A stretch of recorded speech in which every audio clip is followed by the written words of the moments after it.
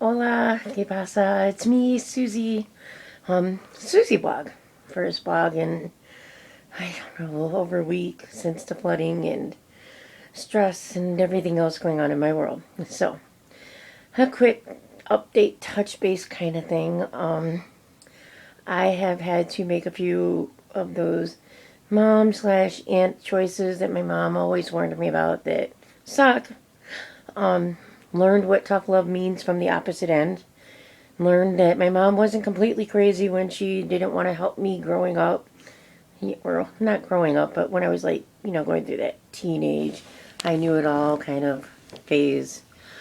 Um, I, wow, can't believe that I actually had the guts to do some of the things that I needed to do, that I was told to do.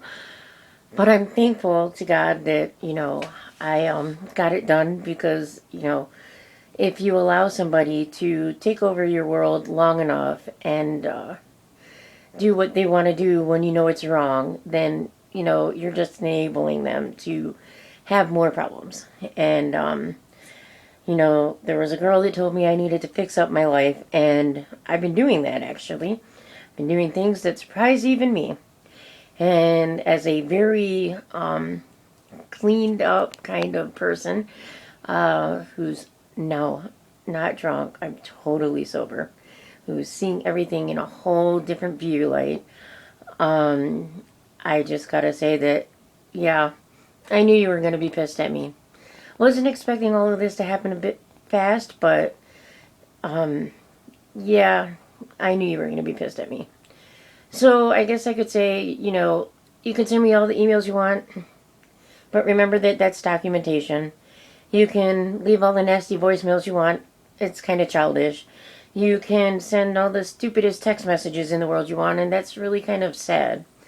Because the whole point is that in the end, okay, your dad was right, your stepmother was right, my father was right, my kids' therapists were right, everybody that warned me was right. I was too much of a softie with a soft heart, and because of my sister, I allowed things to go on way too long, and that was my fault. And it's time for me to fix that. So this is how it has to be. My children, okay, because I've always told you they come first. My boys are first. I lost my girls. I'm not losing my boys. I am not going to let them have to sit here and see anybody underage drinking or smoking pot or stealing from various places. It's not right. And so, regardless, okay, you're going down a bad road that I can't be a part of. And in my house, okay, I believe in God and I believe in religion. And I believe in trying to look through everybody and try to see the positive. And I tried for 9 months to see something positive. I begged, I pleaded, I helped you fill out applications. I did it all. And it got me nowhere because obviously it's just not meant for me to help in the way that I wanted to. So, I mean, every lie that you told me, I heard about it. Every every job you claim to have that you didn't, I know about it. And that's fine. Everybody makes their choices. My hope is that one day you'll understand the same way I had to learn, and your mom had to learn, and my mom had to learn, and many, many other people in this world have to learn that you have to take a step back. And as an adult, I really had to take a step back on this one. My son suffered severely and had a lot of nightmares because of that little stunt from last week, and that's not fair to him. And I'm sure that if it were your siblings, you would have thought of it differently, but it's fine. I get that. Just like I'm overprotective of my brother, okay? I'm overprotective of my sister and everything, and I'm very overprotective of my boys. Um, and you just don't know how much the last time around with you just changed a lot of my viewpoints on things. And yes, I had to go through 1, 2, 3 different therapists, social workers, SAS workers, and get advice on this whole situation. And when it came down to it, if I allowed this continue, then I would lose my sons and I would end up with a problem. And that's not a problem I'm willing to end up with. So, it is what it is. And I will continue to pray for you. The family will continue to pray for you. But for now, until you can kind of work out your own demons or whatever you want to call it, it's up to you. It's your life, your choices, and there's nothing else I could do or say. I've finally made peace with the fact that, you know what, there are some things that are not my fault and not in my control. My sister dying, my mother dying, you know what? There's nothing I can do to change it. There's nothing that I could have done to stop it. And you know what? Maybe this is a lesson I needed to learn too. And to your dad, you were right. You were right. I should have listened, and I'm sorry. I guess I just always wanted to see the goodness, and I just wanted to turn the cheek and not believe that I was being lied to repeatedly over and over and over again. And I put my foot down. Finally stood up for myself, from, my knees to my husband, to anybody that, has been walking all over me. It's time to say enough is enough. It's time to think of me, my kids, and my house and make it safer. And there is no greater shame than to have to actually sit there and admit that somebody in your family is really going down a bad road. It's just really, I think, one of the hardest things I've ever had to do is to admit that. And to say that, wow. I don't know that I have any words. Except that even though I am sorry it had to be this way, I know that this is the only way. And enabling somebody to continue the road that you've been going down is just not right.